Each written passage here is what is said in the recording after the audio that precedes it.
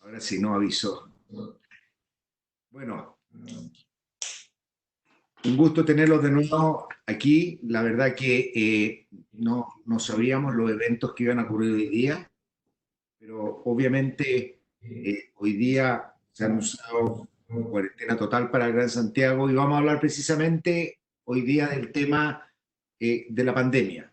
Y para eso tenemos dos excelentes presentadores, María Teresa Valenzuela y Eduardo Engel, quienes nos van a ilustrar sobre la pandemia, su evolución, los números, lo que pasa, las políticas. Así que vamos a comenzar con la presentación de María Teresa Valenzuela, quien es médico cirujano, magíster en salud pública, magíster en microbiología de la Universidad de Chile, fue directora del Instituto de Salud Pública y en la actualidad es vicedecana de investigación de la Universidad de los Andes. Es integrante del Comité Asesor del Ministerio de Salud COVID-19. Ella ha estado, obviamente tiene una gran experiencia como docente, es docente del magíster en epidemiología, en diplomado de ciencia de la investigación y medicina basada en evidencia y directora del Centro Integral para el Envejecimiento Feliz. Así que tenemos una excelente académico que nos va a ilustrar y mostrar los temas de la pandemia, obviamente en un momento bastante complejo de la situación sanitaria en Chile. Así que muchas gracias, María Teresa, y te doy la palabra. Solo quiero recordar que en la cajita esta Q&A pueden ir poniendo preguntas que después yo recojo para después de las presentaciones entrar a preguntas y respuestas con los presentadores. Muchas gracias, María Teresa.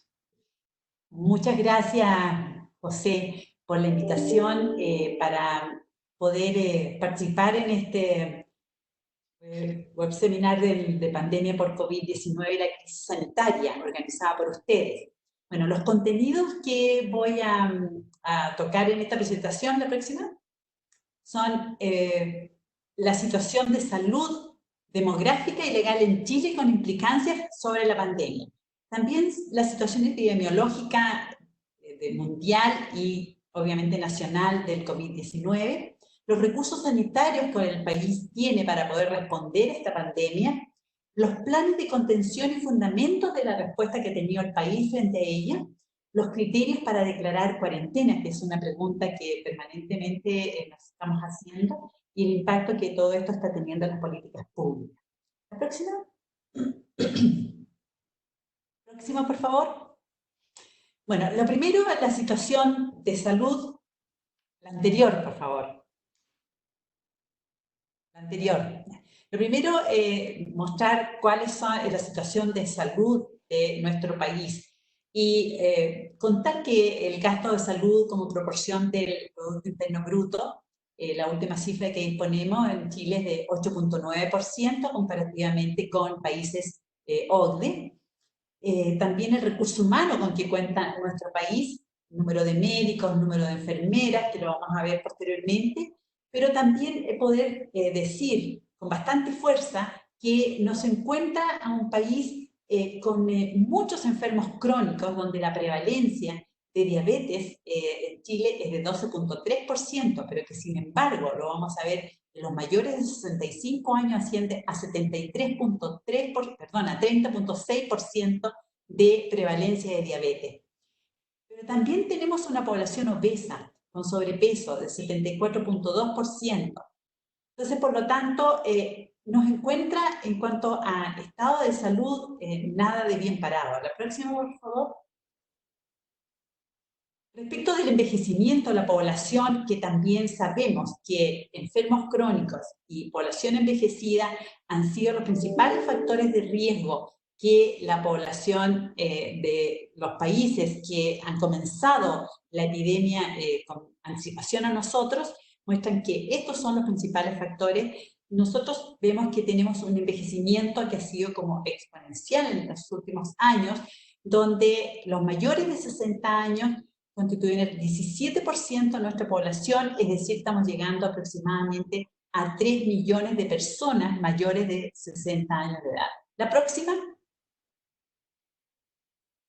¿Qué respaldo legal tiene nuestro país? ¿Y qué respaldo tiene la autoridad sanitaria? Bueno, todo está estipulado en el Código Sanitario. En el artículo 22 se le da responsabilidad a la autoridad sanitaria al aislamiento de enfermos que padezcan una enfermedad que puede afectar a la población. En el artículo 23 resulta que también se señala que la autoridad sanitaria es la que va a proveer a los distintos servicios, ¿no es cierto?, que atienden pacientes los medios adecuados para el diagnóstico, para el rápido y eficaz reconocimiento de aquellas enfermedades transmisibles susceptibles de provocar epidemia. La próxima, por favor. En el artículo 36 señala que emergencias que signifiquen grave riesgo para la salud de la vida de los habitantes, el presidente de la República ya se va a entender directamente con las autoridades de salud para poder enfrentar la emergencia. Y en el artículo 65 señala que nuestro país, cuando ocurre un evento raro que se desconoce o una enfermedad que no la conocemos, o ve una epidemia nacional, debe conectarse y debe notificarlo a organismos internacionales, que en nuestro caso es la Organización Panamericana de la Salud y la Organización Mundial de la Salud, dentro de 24 horas de haber sido informado. La próxima, por favor. Bueno, ahora ya vamos a entrar en terreno sobre la situación de la pandemia. Hasta el día de ayer se concentraba un total de 4.300.000 casos confirmados de COVID-19 a nivel mundial, donde la gran mayoría de esos casos se concentra obviamente en Estados Unidos por su número de habitantes que tiene, y que posteriormente desciende a 546 en Rusia, España 536, y así va descendiendo posteriormente. La próxima, por favor. Acá les muestro la tendencia de los casos confirmados a nivel de algunos países, después que cada uno de ellos ha llegado a un número de 1.000 casos. Y podemos observar que el país que concentra la mayor cantidad de, o sea, ha tenido la tendencia más relevante en cuanto a número de casos, ha sido España, le sigue Italia, posteriormente Alemania, o sea, 3 países europeos, donde vemos una línea amarilla, ¿no es cierto?, que se ha mantenido plana en el tiempo y es la que tiene la mayor experiencia, porque es donde comenzó la pandemia, que es China, que al día de hoy ya tiene 84.011 casos.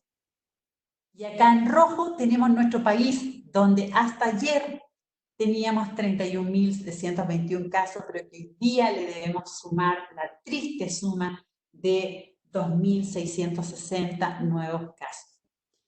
Y en una línea muy plana, bastante por debajo de todo el resto de los países, Corea, con casi prácticamente 11.000 casos.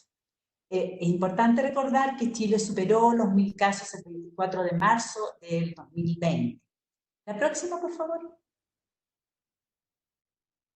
Y acá reflejo el número de casos acumulados, la tendencia que ha tenido los casos acumulados en la línea negra que observamos ahí, y en el eje de las Y en la mano izquierda podemos observar el número de casos nuevos por día, donde vemos que ocurre algo bien especial a partir del 28 de abril, donde comienza, ¿no es cierto?, a verse una tendencia todos los días al ascenso del número de casos. Porque en ese momento se tomó la decisión de también estudiar casos asintomáticos que fueran de alto riesgo, que son las personas, obviamente, que cuidadores de hogares de ancianos, los gendarmes a cargo de cuidado de las cárceles, los contactos íntimos de casos confirmados, y esto se refleja en la línea azul, o sea, las barras azules, ¿no es cierto? La porción azul de la barra corresponde a esos casos asintomáticos que antes no estaban en el recuento de casos nuevos por día. Que hasta el día de, la cuenta hasta el día de ayer superaba los 1.600 casos por día, pero que hoy día, como reitero, lamentablemente tenemos la triste noticia de haber tenido 2.660 casos nuevos y donde de ese total el 19% son asintomáticos. ¿Dónde se concentra el problema? Lo vemos acá en este país, ¿no es cierto? Que no hay duda que es la región metropolitana la que está siendo más afectada, con 72% de los casos, y probablemente hoy día cambió con esta nueva cifra, pero también ha tenido importantes problemas Araucanía, Antofagasta y también Magallanes, pero que de alguna manera, obviamente en relación a la población, se nota mucho menos en ese país. La próxima, por favor. Respecto de la letalidad, que aquí ya estamos hablando de la gravedad del problema, porque en el fondo significa que estos enfermos tuvieron que recurrir, ¿no es cierto?, a la hospitalización, entrar en cuidados intensivos y varios de ellos no salen, digamos, con vida, lamentablemente. Y acá lo comparo con países OCDE, donde la letalidad más elevada es en Francia, con un 15% de letalidad, Reino Unido, 14.4%, Italia, un 14%, nuevamente, como digo, la letalidad se concentra en países europeos, y Chile, en la barrita en rojo, hasta el día 21 horas del día 11 de mayo, un 1.1% de letalidad. O sea, significa que de 100 enfermos, 1.1 se murió, lamentablemente. La próxima, por favor. Esta tabla solamente la muestro porque nada hemos dicho del total de muertes y de la tasa de mortalidad, para compararla también con otros países.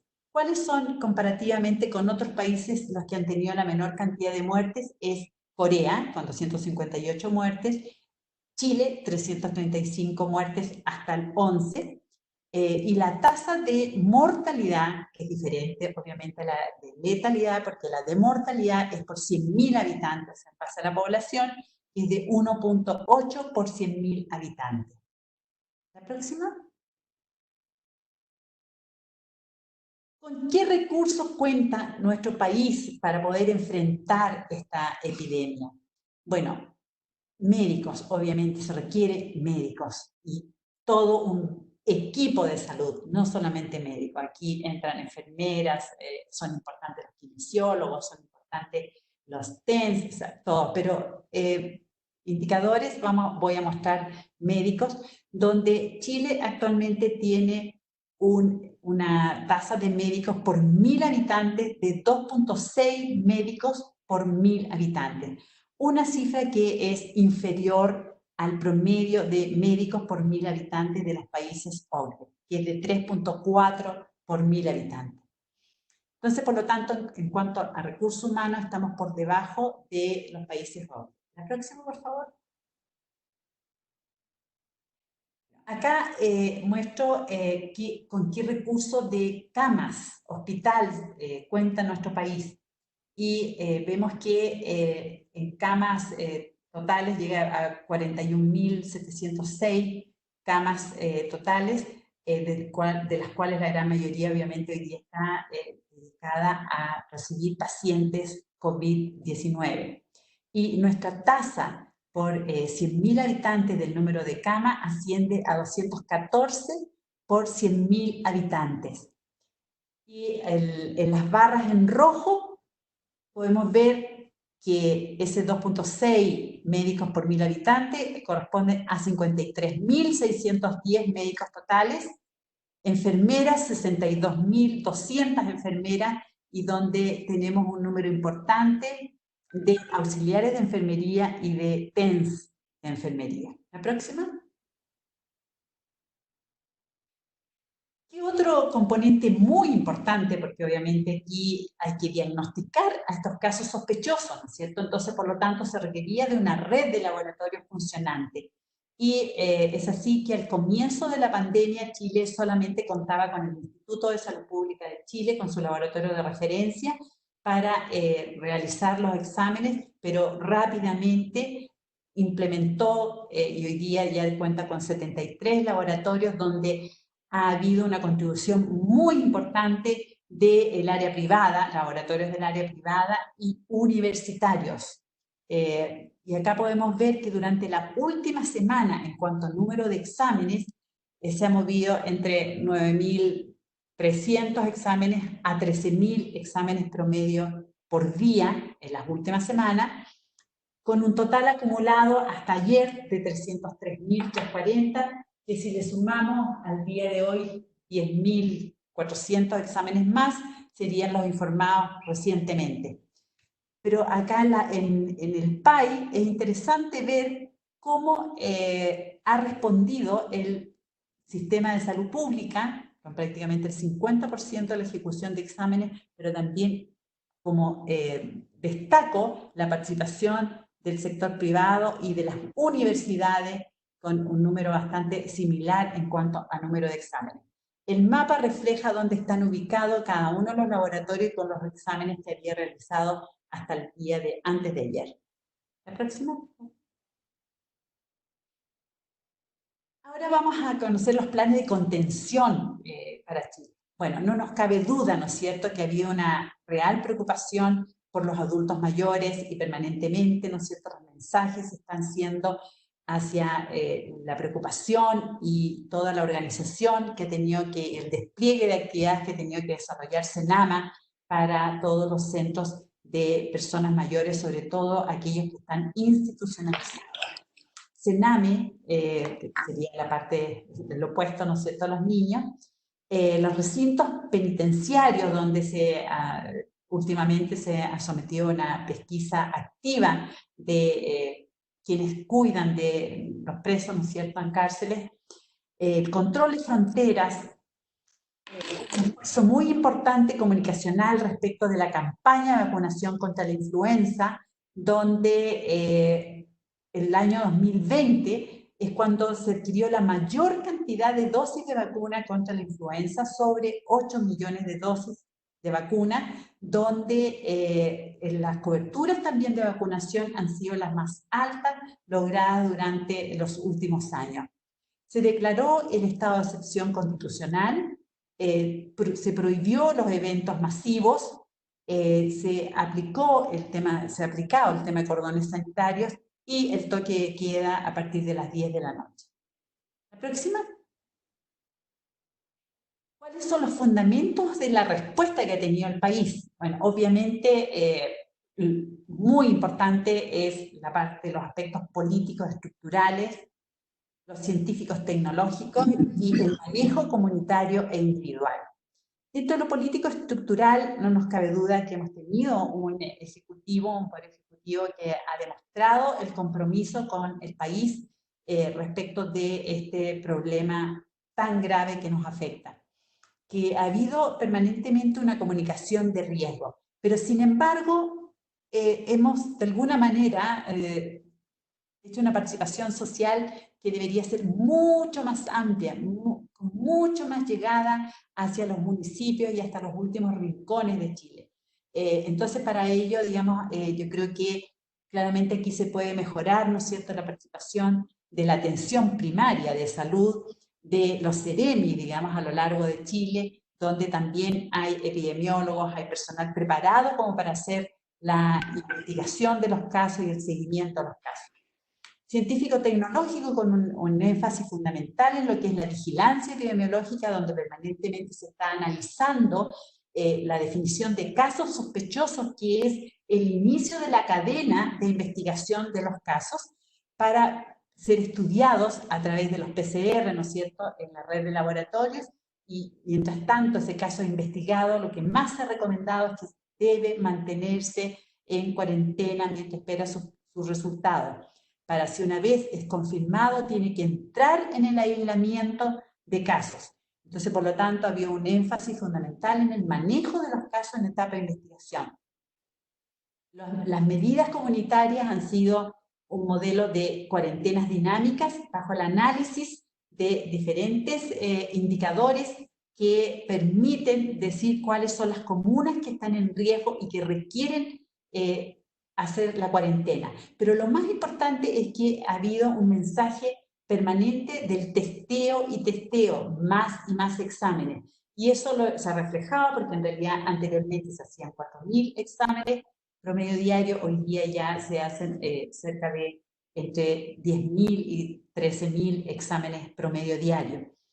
El testeo es fundamental porque es la única forma de poder detectar los casos precozmente, poder generar el aislamiento de los casos, que yo creo que es ahí donde nos ha fallado claramente nuestras medidas de control, y a su vez el distanciamiento social, que al menos 2 metros de distancia entre persona y persona, con cambios de conductas fundamentales, con el uso de mascarilla, con el refuerzo de las medidas higiénicas, ¿no es cierto? Y en base a eso todo se va tomando las medidas de cuarentena dinámica. La siguiente. Los criterios para declarar cuarentena. Bueno, obviamente lo más importante es cómo va cada comuna diagnosticando el número de casos nuevos, porque es la forma en que podemos conocer la velocidad de propagación de esta pandemia al interior de las comunas. También en ello se considera cuántos casos hay por kilómetro cuadrado en esa comuna. Otro aspecto muy importante, los determinantes sociales, o sea, decir dónde hay pobreza, dónde hay falta de trabajo, dónde la gente tiene que salir a trabajar por búsqueda de sus recursos para poder mantener las necesidades básicas día a día. El perfil de la población, dónde está la mayor cantidad de adultos mayores, dónde se concentran los centros de cuidados de adultos mayores, los enfermos crónicos. Entonces, es una combinación de varios factores para la toma de decisión respecto de cuarentena. La próxima. Bueno, esto no quisiera para nada, porque es complejo, pero sin embargo, lo único señalar que este modelo para poder analizar la información y poder decir la tendencia de ella y qué esperamos para los próximos tiempos, o hasta cuándo esperamos realmente que esta ola nos puede llegar a afectar, el modelo SIDARTE que fue aplicado en Italia es bastante completo porque es más allá de tener la información de los susceptibles, de los expuestos, de los infectados y de los recuperados, sino que también considera varios otros aspectos que sabemos que de la vida real que ocurren. Por ejemplo, los infectados que son asintomáticos y que nunca han sido diagnosticados, entonces por lo tanto no lo tenemos ningún número cuantificado. Las personas que se van a quedar con secuelas, ¿no es cierto?, en tiempo, después que posteriormente sobreviven a esta enfermedad. Entonces, por lo tanto, es un modelo que es bastante más complejo, pero que me parece que es bueno pensarlo en ello porque integra varias otras variables que nos pueden dar mayor conocimiento de la enfermedad. La próxima, por favor. Y como reflexión de política pública, como contexto político, reitero, hemos visto un importante compromiso del Poder Ejecutivo en esta situación. Sin embargo, se requiere una mayor participación de los niveles locales y de la ciudadanía. O sea, de verdad que siento que los jóvenes, por ejemplo, sienten que no es su problema, pero la verdad es que finalmente las tasas más altas de esta enfermedad en Chile han sido en los jóvenes.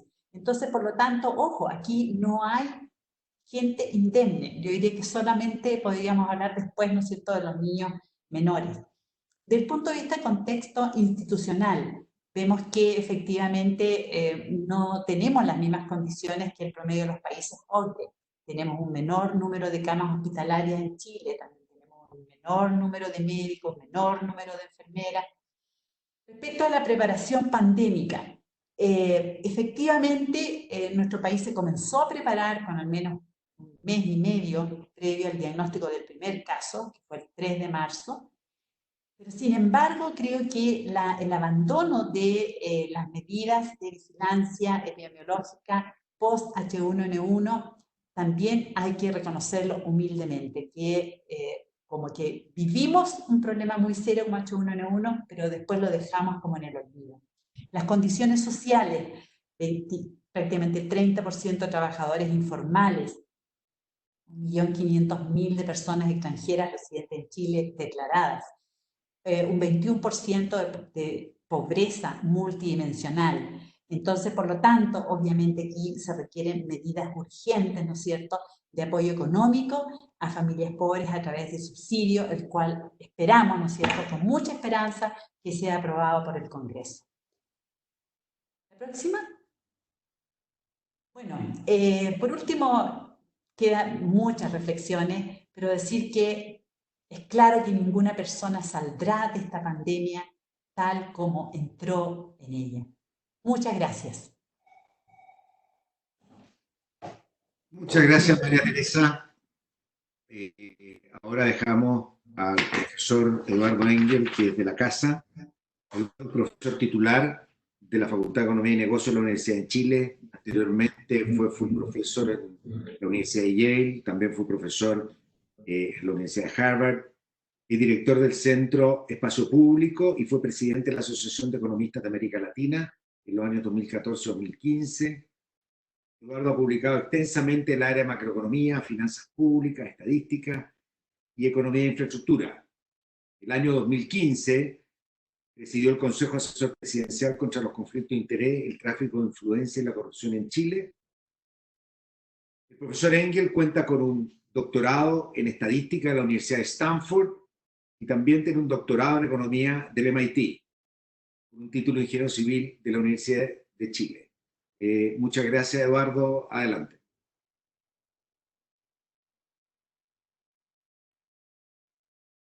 ¿Se ve? Pues se ve la imagen. Se ve y se escucha. Perfecto. Voy a describir 4 temas que en gran medida son complementos a lo que ha dicho María Teresa Valenzuela. Una descripción bien rápida de dónde va la pandemia, un modelo que enfatiza un tema que creo es importante para interpretar los datos y que es el tema de qué fracción de los test va dando positivo, una discusión de políticas públicas que tiene elementos bien similares con los de María Teresa y finalmente las conclusiones. Esta gráfica muestra para todo Chile el número de contagios diarios que estamos detectando y me centro solamente en los sintomáticos porque los asintomáticos comenzamos a recién buscarlos hace unos 10 días y por lo tanto para comparabilidad más que confunde. La línea azul es la línea propiamente tal que tiene hartos saltos, fíjense hacia el final, por ejemplo, esos saltos son bien grandes y por lo tanto la línea para efecto análisis, la línea roja que es una media móvil que dado en un punto toma 7 días en torno a ese punto y toma el promedio, da una mejor impresión de lo que está pasando. Y vemos que a partir del 30 de abril, acá por acá, esto se dispara y a pesar de estos serruchos curiosos, claramente una tendencia al alza y como ya decía María Teresa, el día de hoy tenemos la sorpresa muy desagradable de que ha aumentado notablemente el número de casos sintomáticos, pasa a los 2.000, si tomamos además los asintomáticos se llega a 2.600. En esta gráfica, también para todo Chile, está el índice de positividad, es decir, el número de casos positivos detectados entre gente sintomática dividido por todo el número de test que se hizo. Y también tomamos medias móviles porque también salta mucho y vemos cómo esto estaba en torno a un 8-9%, históricamente había bajado hasta un 8% y ya a partir de las últimas 2 semanas esto sube y llega a un promedio 14% y el día de hoy día pasa al 25%, el 26%. Algo parecido en la región metropolitana, no voy a tener tiempo y lo hizo un poco María Teresa, pero en regiones hay regiones con una historia mucho más optimista y esperanzadora, otras igual de preocupantes que la región metropolitana, pero acá también tenemos región metropolitana, primero el número de contagios diarios y con este alza importante, y segundo el índice de positividad y también muy alto cuando sube. La pregunta es cómo interpretar el hecho que simultáneamente, y como enfatizó María Teresa, tenemos un incremento muy grande en el número de casos que se detectan y también un incremento muy importante en el número de test realizados. Y lo que voy a hacer acá, paso a ser por un rato economista, un pequeño modelo para interpretar eso, que yo creo que es bien útil, bien simple y que sirve. Voy a anotar por C el número de contagiados en la población en el día T, eso es lo que no observo, me gustaría observarlo, pero no lo observo. El D es el número de contagiados que detecto con los test que hago, que sabemos que no es todo, en ningún país del mundo se detectan todos. Y esto va a depender del número de test que hago, y la intuición es más o menos obvia que mientras más test hago, detecto más gente. Y entonces, para capturar esto, suponemos una, en jerga economista, función de producción, en la cual tengo que, lo que yo detecto, bueno, depende de cuántos contagiados hay y de cuántos test hago, y hacemos lo más simple en economía que una función Cobb-Douglas de retornos constantes. ¿Qué significa esa función? Significa que si yo duplico el número de tests y se duplica el número de contagiados en la población, el número de detectados también se va a duplicar. Por otra parte, si dejo fijo, el día de hoy, por ejemplo, hay un número dado de contagiados, mientras más test hago, voy detectando más, pero hay retornos decrecientes. Por eso el B menor que 1. Intuitivamente, seguro que hay funciones mucho más complicadas, pero intuitivamente es un buen primer paso para pensar estos temas y es lo que voy a hacer a continuación. Y en este contexto, la tasa de positividad es simplemente D dividido por T, lo detectado por el test que hago. Y luego tomo la ecuación de Cobb-Douglas, hago una álgebra muy simple y tengo que la tasa a la cual crecen los contagios en la población, lo que yo quiero medir, es igual a la tasa a la cual crecen los diagnosticados, más una expresión que tiene un coeficiente positivo acá, y que es la tasa a la cual crecen los tests.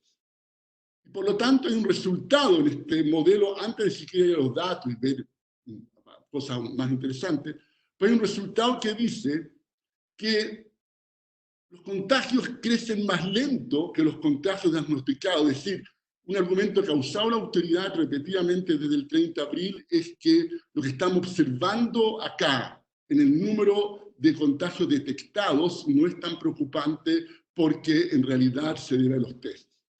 Y lo que dice este modelo de la intuición también, yo creo que es bien potente, es, mire, para que eso sea cierto, tiene que estar cayendo el índice de positividad.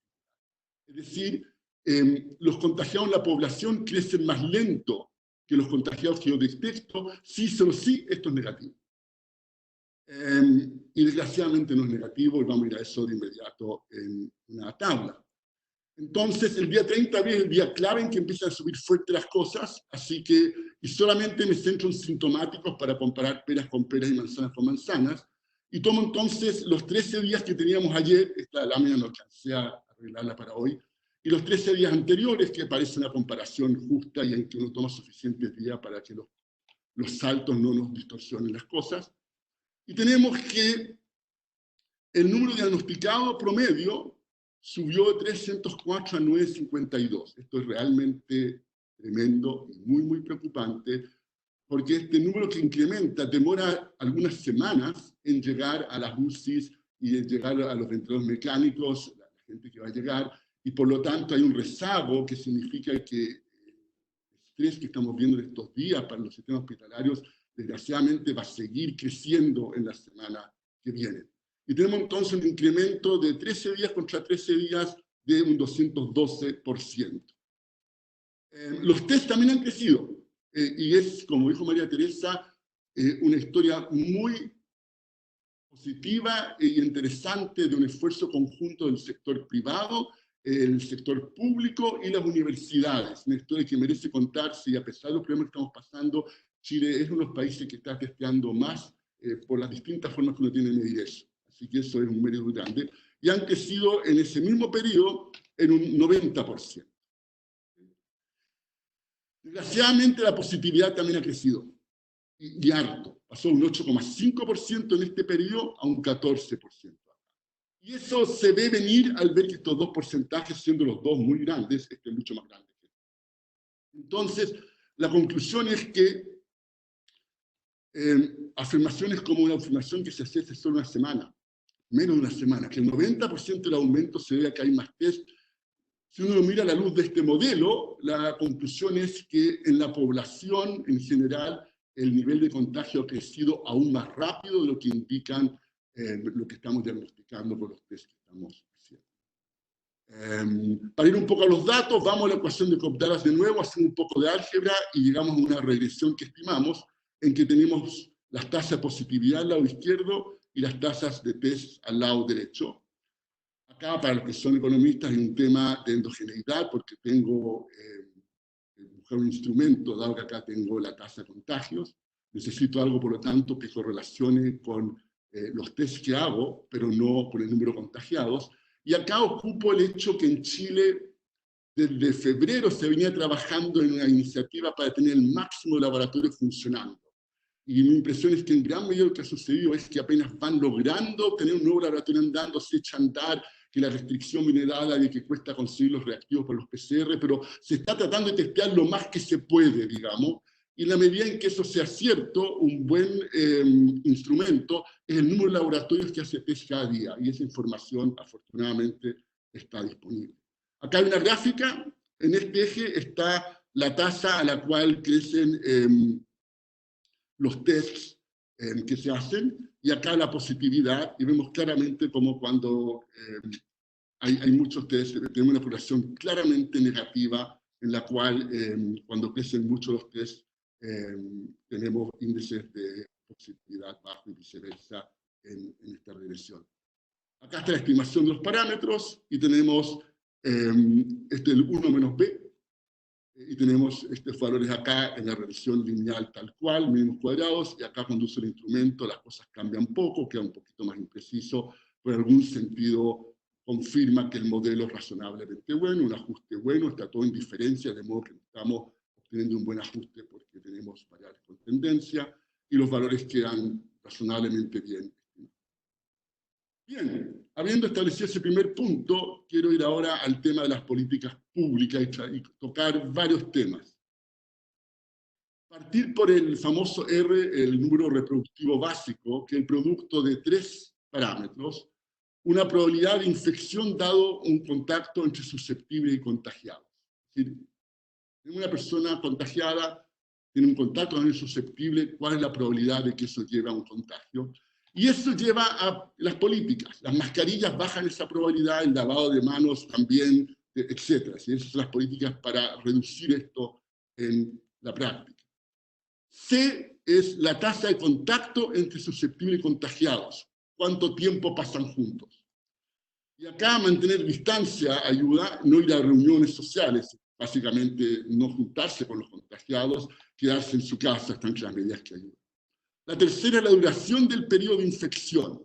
Acá ayudan fármacos, los fármacos que se están trabajando, los antivirales, reducen el tiempo que una persona es contagiosa, y por lo tanto ayuda por este lado, y estamos todos cruzando los dedos que luego tengamos una vacuna. Pero al final el producto de estos 3 factores lo determina el R en un momento del tiempo, y por lo tanto están acá en rojo algunos de los muchos elementos de política. También están las cuarentenas acá, etcétera, pero ahí mencioné algunos en este momento. ¿Okay? Primero, es bien difícil estimar estas cantidades, y por lo tanto es bien difícil estimar el R. Hay tremenda incertidumbre, me encantaría que fuéramos como el gobierno noruego, que cuando publica las estimaciones de R lo hace en un intervalo de confianza que en este momento va de 0,6 a 1,1. Y por lo tanto educar a la población respecto a las incertidumbres que hay. Les doy elementos clave para estimar estos parámetros en que la evidencia disponible en este momento deja un intervalo muy grande de incertidumbre. 1, por cada contagio sintomático que detectamos, ¿cuántos no detectamos? Acá van desde un 20%, eso está pasando hasta un 50%, pero variar. 2, y esto es aún más incierto, en general, por todos los sintomáticos, ¿cuántos asintomáticos hay? Por cada, ¿no es cierto? Por cada sintomático, ¿cuántos asintomáticos? Acá hay papers con varianzas enormes, digamos. Yo me quedaría con 1 a 1, digamos, pero hay personas que dicen que hay 4 asintomáticos por cada asintomático. Estos rangos de valores son muy, muy importantes en estimar los R. Y por lo tanto, debemos tener mucho cuidado en al menos que nuestros modelos reflejen esa incertidumbre de la manera más transparente posible, porque si no se pueden tomar decisiones equivocadas. Entonces, esto importa al estimar el R, y también importa con estrategias demasiado focalizadas. Si yo estoy observando solo parte de los sintomáticos, o no estoy observando casi nada de los asintomáticos, bueno, creer que está todo concentrado en un lugar, puede haber un foco grande en otro lugar, sobre todo si somos lugares relativamente pequeños como partes de una comuna, y por lo tanto ser conservador en cuanto a tener muy en claro la información que no tengo y que me gustaría tener para mi decisión. Ahí está la seguidilla de decisiones que se han ido tomando. Este es un gráfico de la tercera de hoy. Y quiero entonces ir, y esto va a ser un mensaje muy parecido al de María Teresa, a reforzar que Chile puede hacer mucho más para que las medidas sean efectivas, tanto las cuarentenas que van a comenzar en la región metropolitana este viernes, como las medidas preventivas. Y acá hay como un ambiente en general que hay muchas cosas que no se pueden hacer, que es cultural, que los chilenos no somos ni los coreanos ni los chinos, y efectivamente no somos. Pero acá voy a contarles de una encuesta que se hizo en 58 países, con muchos países de América Latina que culturalmente son, me imagino, bastante más parecidos a nosotros que los otros países, y en que nos va bien mal, y con cosas que no son difíciles de hacer, con cosas que no son traumáticas como algunas que sí van a ser más traumáticas en el futuro. Y simplemente ilustrarlo. Acá primero tenemos, le pregunto a la gente si después de la pandemia se está quedando más en su casa. Chile aparece acá abajo en amarillo y está entre los países que menos responde que sí, está en lugar 40 y 58.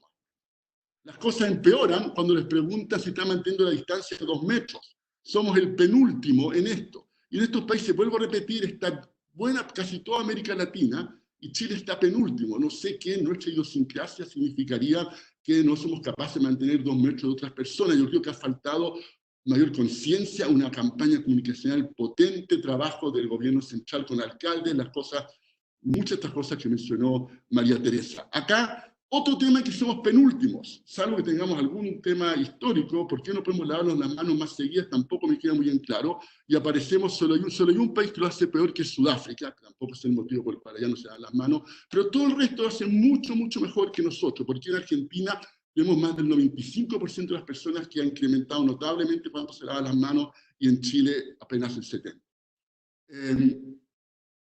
Que no está existiendo eventos sociales, también somos muy buenos para los eventos sociales, porque normalmente estamos en la parte baja de la tabla. Y después hay un tema que la gente, si usted cree que su gobierno no le ha contado la verdad, y desgraciadamente en ese tema Chile aparece arriba.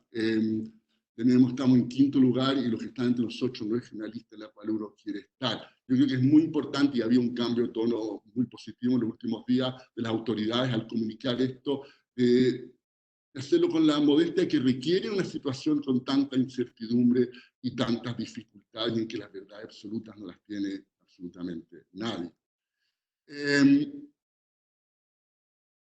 Respecto a la política de cuarentena, una afirmación que quiero hacer rápido y que en algún sentido esto lo preparé antes de hoy día.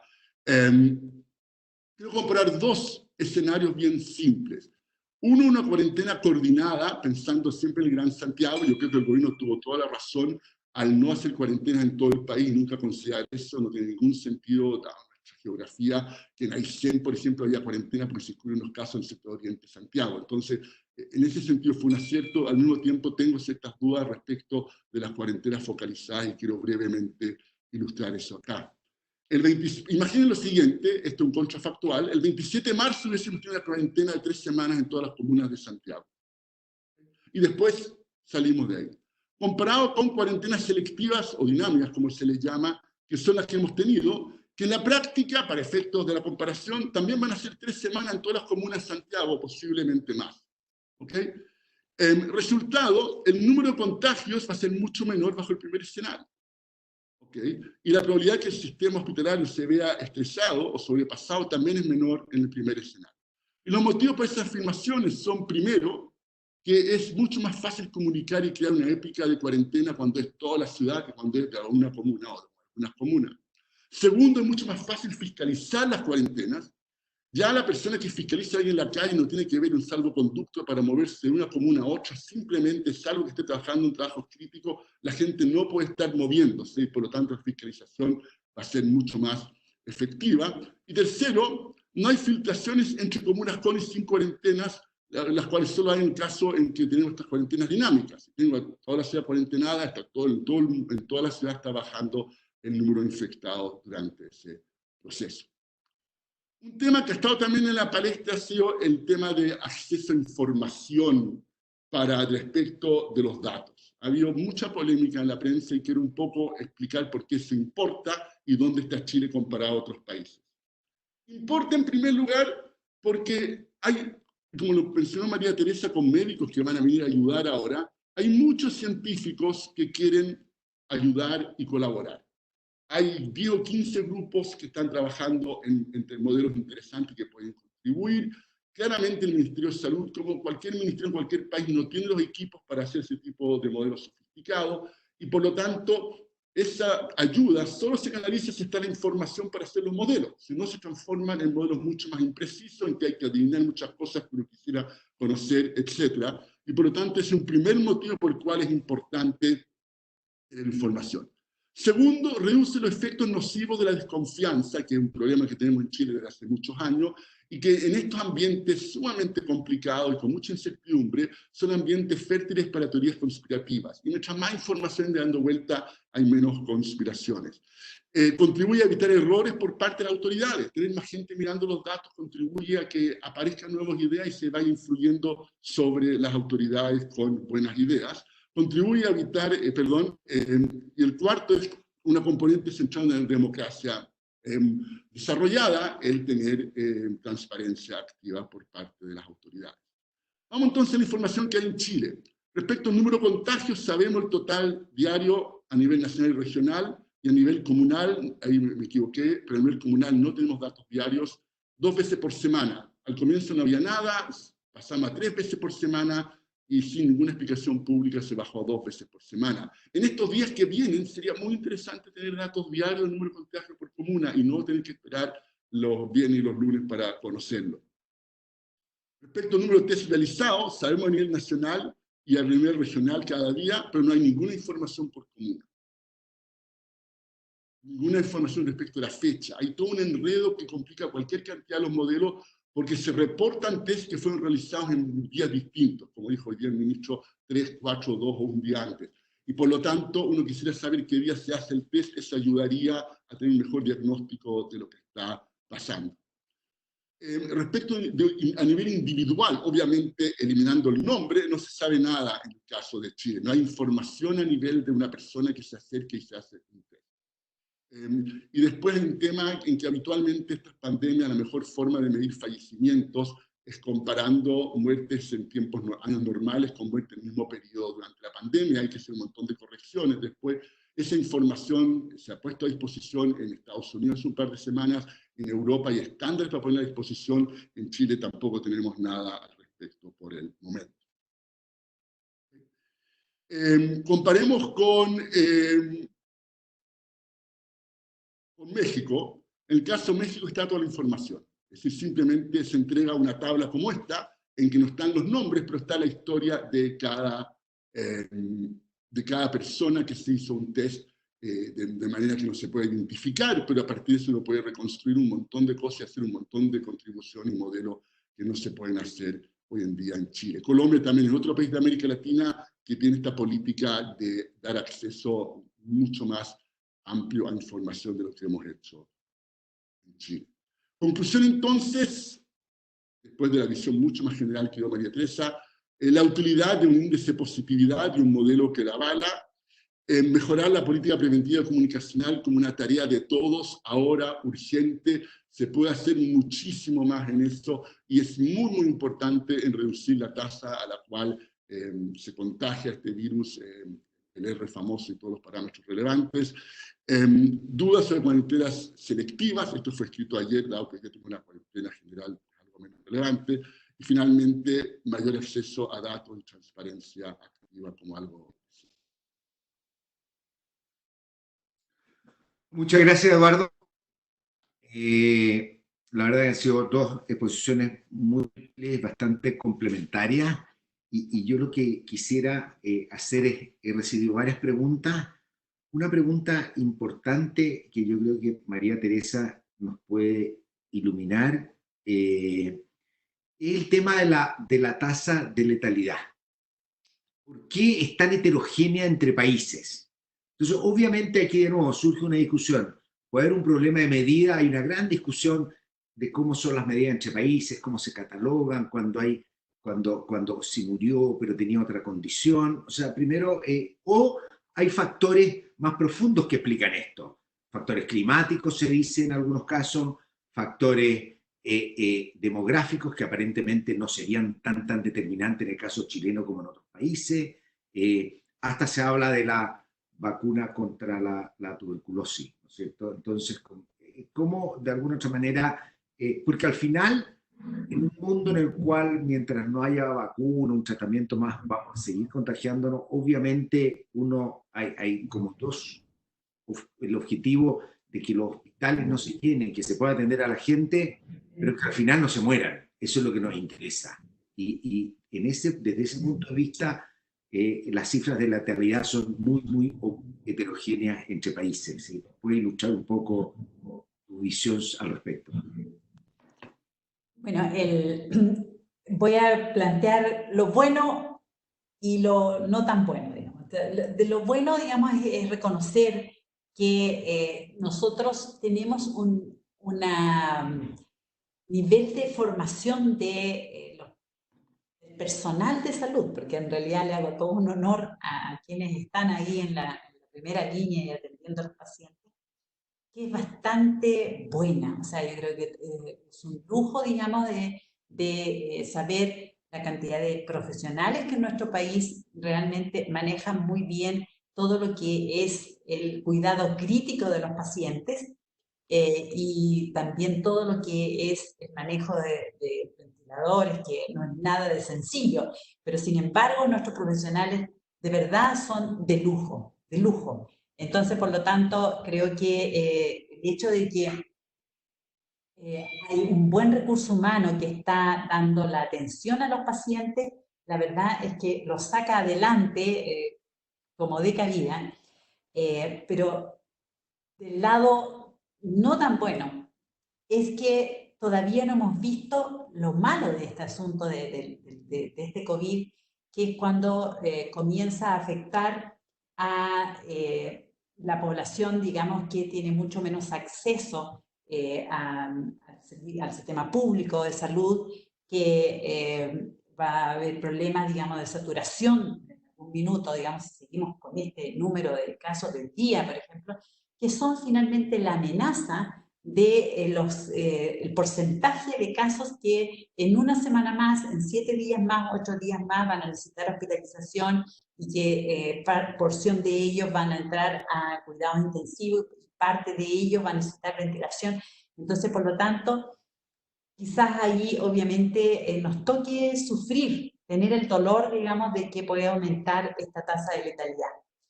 Entonces, por lo tanto, no me quedo tranquila, me quedo tranquila, digamos, en el sentido de que sí que contamos con profesionales y equipos de salud altamente preparados.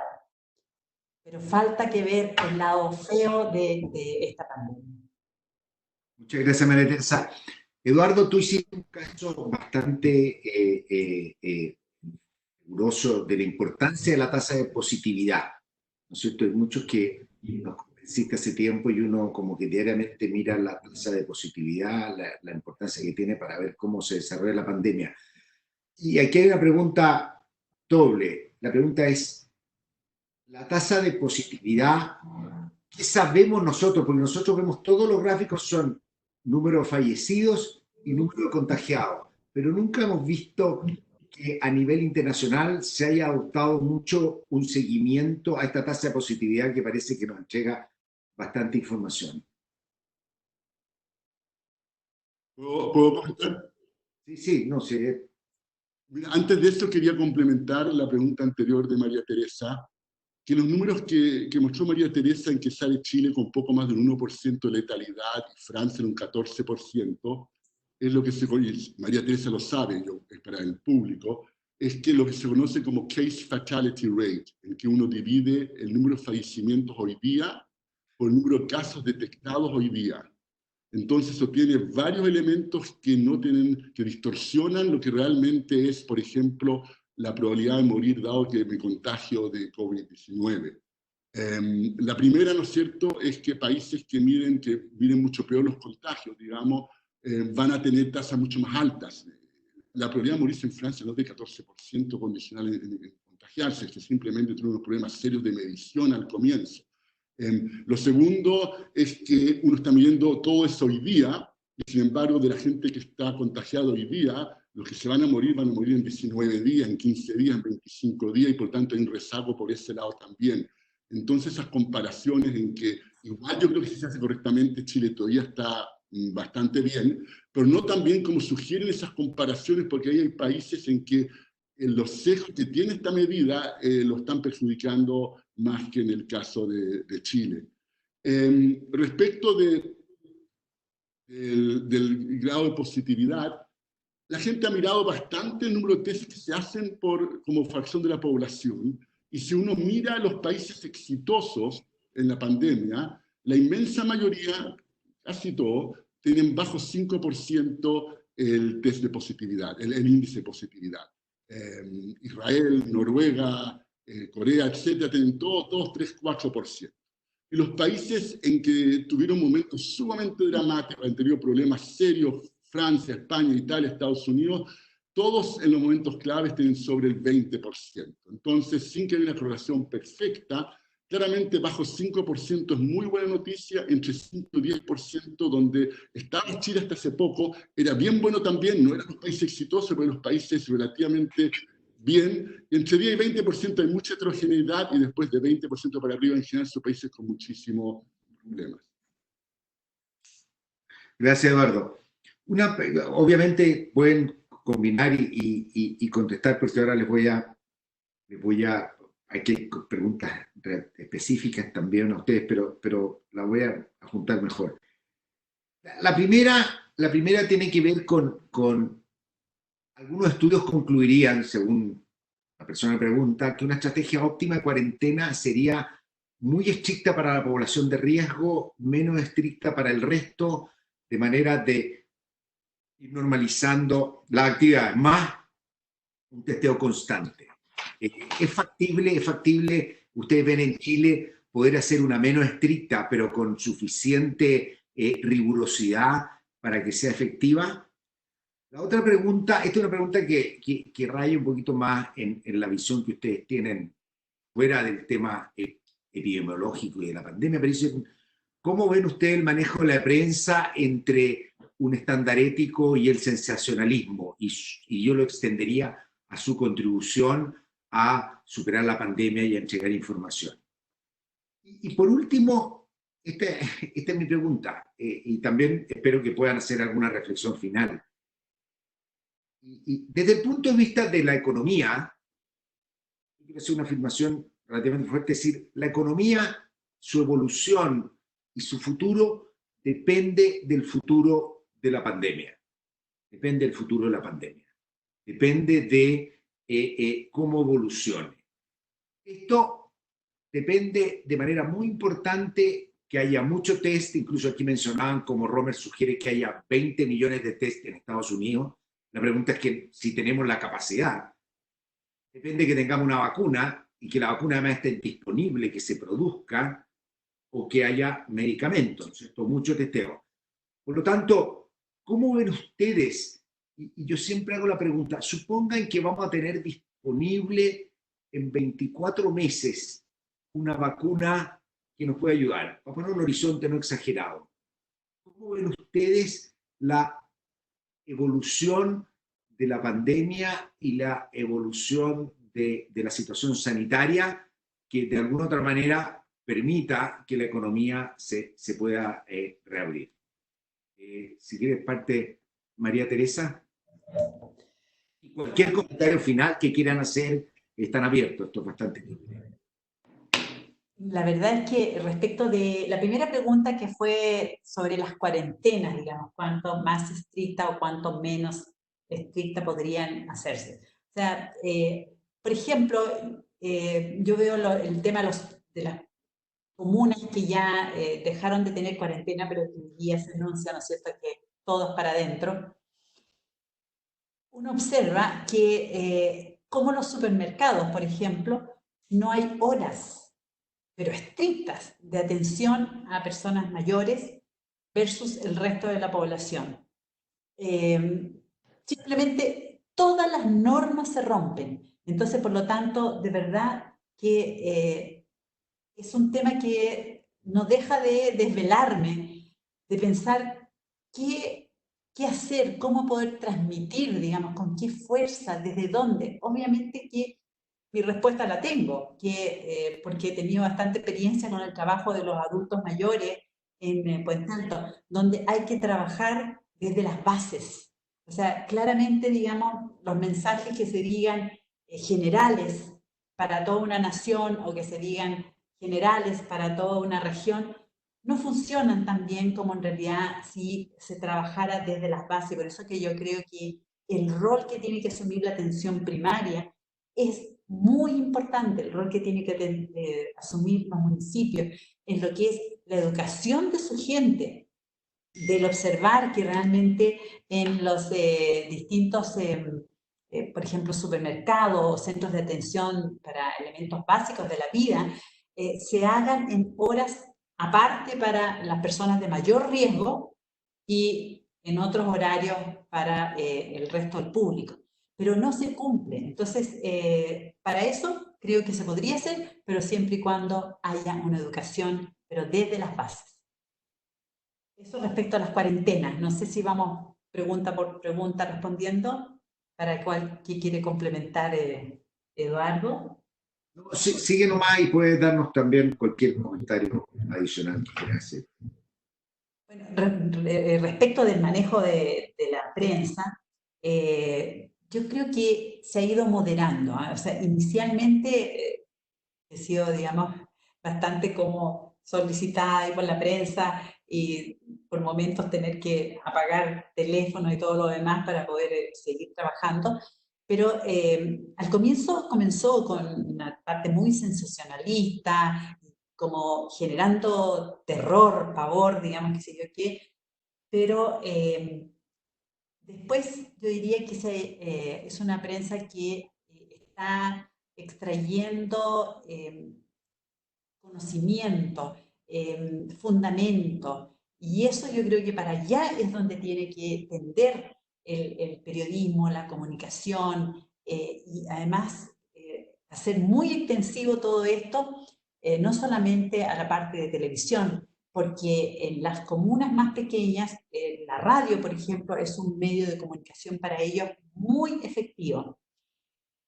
Las redes sociales tienen su lado bueno, su lado malo, pero la verdad es que en cuanto a la prensa, veo que de verdad ha ido como tomando un rumbo hacia el contenido, hacia la educación.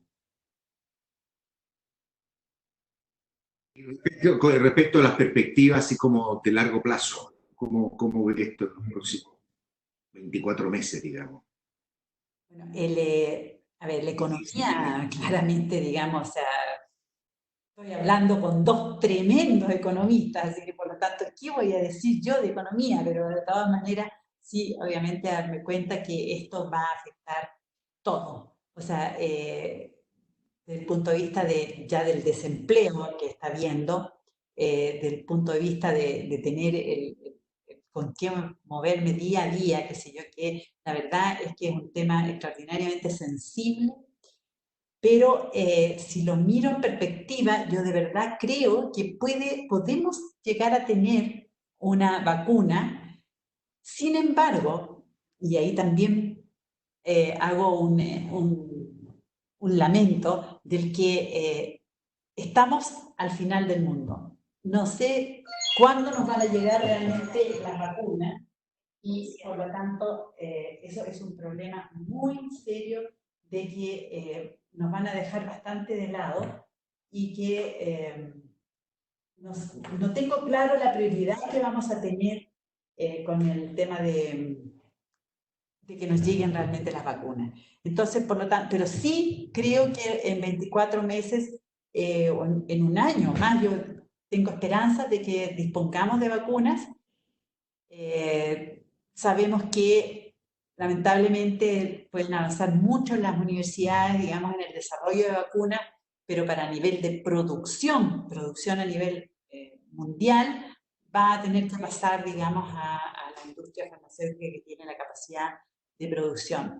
¿Y qué lado lamento? El que Chile realmente no, una vez cuando se terminó con la planta de producción de vacunas en Chile, la verdad es que siempre la esperanza fue que hubiera como un reemplazo de un área especial en la cual también tuviéramos la posibilidad de desarrollo tecnológico en el cual pudiéramos asegurar para nuestra propia población, unirnos con Argentina, por ejemplo, unirnos con Perú, de poder tener un desarrollo tecnológico, poder generar biológicos que pueden salvar, proteger y salvar vidas.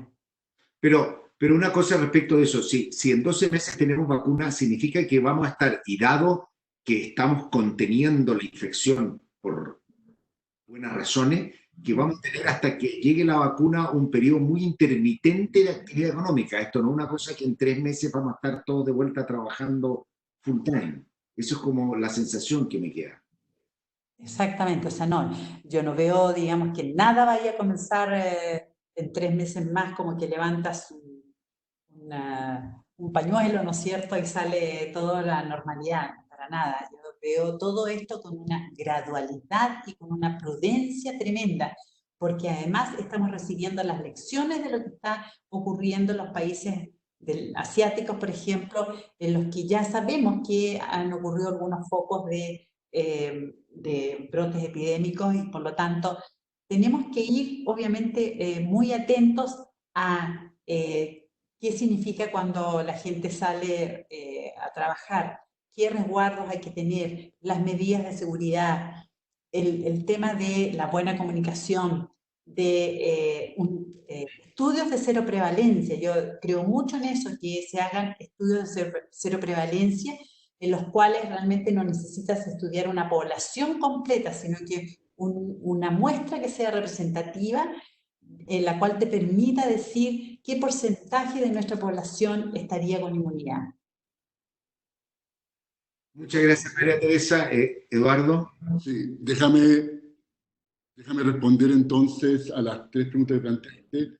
La primera, respecto a las políticas de edad, la idea de preocuparse de las mayores de 70 o lo que pasó hoy día, de que se ha extendido esta cuarentena estricta a mayores de 75 y que antes a mayores de 80, entre unas medidas anunciadas.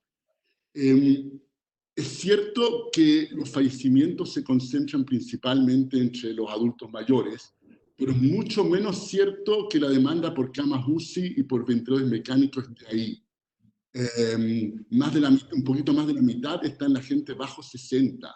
Es cierto que fallecen menos, pero claramente si una de las preocupaciones principales, y creo que lo está haciendo ya y lo va a hacer por varias semanas, es la demanda por cuidado intensivo y ventiladores mecánicos, esas políticas, siendo parte de una estrategia, no lo resuelven todo, ni mucho menos, porque, y es importante también para nuestros estudiantes que nos están escuchando, llega gente joven al hospital y un 53% del uso de camas UCI es menores de 60 años. Y por lo tanto, se requiere no exagerar ese punto porque puede llevar a una percepción equivocada de riesgo en la gente más joven y también en toma de decisiones de política pública.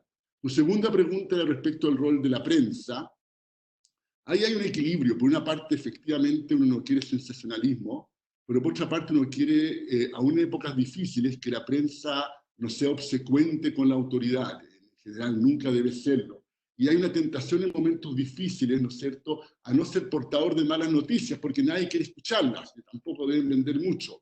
Sin embargo, una responsabilidad social de dar cabida a que haya una discusión seria de lo que se está haciendo, basada en evidencia, aun cuando esas noticias pueden no ser buenas, porque mientras antes se conozcan, se pueden tomar más medidas y estas van a ser más efectivas. Y por lo tanto, en estas épocas difíciles, yo creo que es muy importante que la prensa recuerde ese rol, y hemos visto algunos medios que lo han hecho sumamente bien y otros algo menos bien a mi juicio, pero es un tema bien delicado, y de hecho fue el que motivó a Espacio Público a crear este grupo de directores, en que está Paulo Simonetti, Diego Pardao, que es nuestro presidente, y también una investigadora brillante, que es Camila Arroyo, trabajando con varios informes semanales, tratando de cumplir un rol de tener información, análisis regular, basado en evidencia, que alimente la discusión. Y la verdad es que inicialmente la prensa no nos recogía mucho y últimamente eso ha ido mejorando, porque yo creo que parte de un aprendizaje por parte de nuestra prensa. Y el último punto que tú planteaste, José, es el punto de cómo salimos de esto. Y ahí quiero ser más optimista. Yo creo que la cuarentena que comienza este viernes es una oportunidad única para hacer bien lo que no se hizo bien con estas vueltas al trabajo que intentó el gobierno hace un par de semanas. Este es el momento para tener el sentido de urgencia por parte del gobierno y del sector privado de tener un sistema de testeo funcionando. Y ahí es muy importante saber que uno puede tener sistemas de testeo que no requieren los test PCR. Basta con tener test de anticuerpos cuya oferta es muchísimo mayor, no hay una escasez mundial ni mucho menos. Hay que tener cuidado con usar los que están certificados debidamente, así que cuidado con eso, pero no es más que eso. Y después tener un sistema en el cual uno detecta muy rápido cuando alguien se infecta en un lugar de trabajo y lo aísla para que no infecte a los que trabajan con él o con ella. Es un sistema en que efectivamente no es la normalidad completa ni mucho menos, pero permite a las empresas estar en torno al 90% de su productividad. Hay que tener mucho cuidado con mantener distancia entre la gente, con en algunos casos tener turnos que no se intersectan, tomar un montón de medidas para que la tasa de contagio se mantenga baja cuando salgamos de esta cuarentena.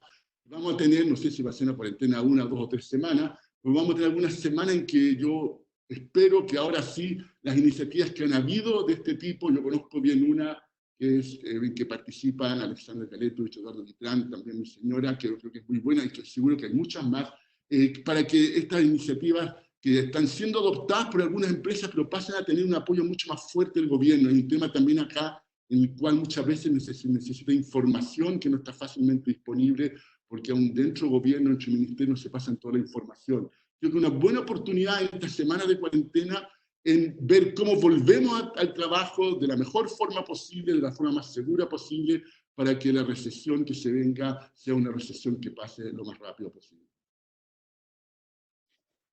Muchas gracias, Eduardo. Muchas gracias, María Teresa. Hemos aprendido, por lo menos yo, bastante.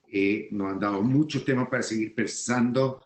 La situación es complicada. Hoy día vamos a entrar en cuarentena. Se ha anunciado la cuarentena total para Gran Santiago. Así que esperemos que mejoremos con esto. Un par de cosas, estas presentaciones van a quedar grabadas en la página de la FEN y también en nuestro canal de YouTube, y en la página de la FEN también vamos a subir las presentaciones, va a quedar todo disponible para el público. Nosotros normalmente esto lo hacemos los jueves, el próximo jueves 21 de mayo, así que vamos a darnos un día de descanso. Volvemos, le vamos a avisar oportunamente con nuestro próximo webinar el 21 de mayo. Les vamos a informar el tema y los vamos a mantener informados.